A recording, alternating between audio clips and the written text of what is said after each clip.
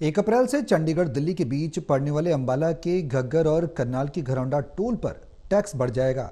ये 15 रुपए तक महंगा हो जाएगा। आम आदमी के अलावा मुख्य विपक्षी पार्टी कांग्रेस ने इस बढ़ोतरी की आलोचना की है। कांग्रेस महासचिव रणदीप सुरजेवाला ने आंकड़े देते हुए कहा कि कांग्रेस राज में जो टोल टैक्स वसूली 15 से 17 हजार करोड़ थी, वह बीजेपी सरकार में 85 हजार करोड़ तक पहुंच गई है।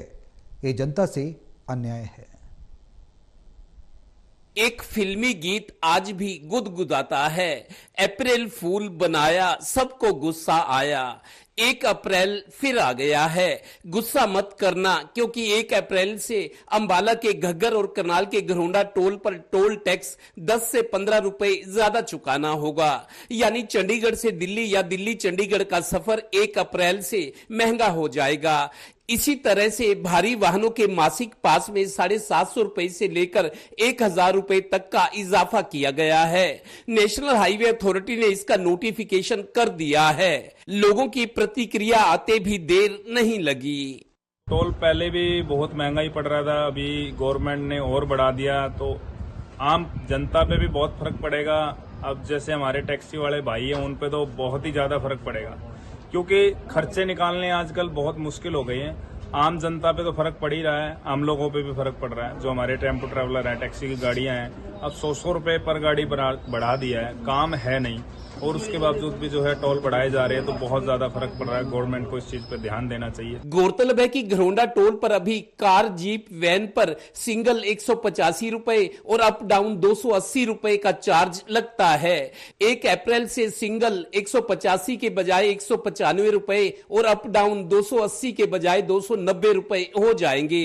विपक्ष ने भी टोल की दरों में इजाफे को महंगाई बढ़ाने वाला बताया है, क्योंकि माल ढुलाई वाले बड़े वाहनों के मासिक पास में भी तो 750 से 1000 रुपए तक की बढ़ोतरी हुई है। गौरतलब है कि हाल ही में 10 ऐसे टोल पॉइंट्स की सूची सामने आई है जिन पर देश में सबसे ज्यादा टोल टैक्स वसूला जाता है। उनमें घरौंडा करनाल का टोल भी शामिल है।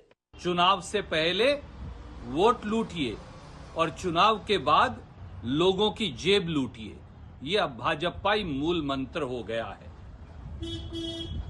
बाकायदा संसद के अंदर भाजपा ने जवाब दिया और बताया कि हिंदुस्तान में 1063 टोल हैं।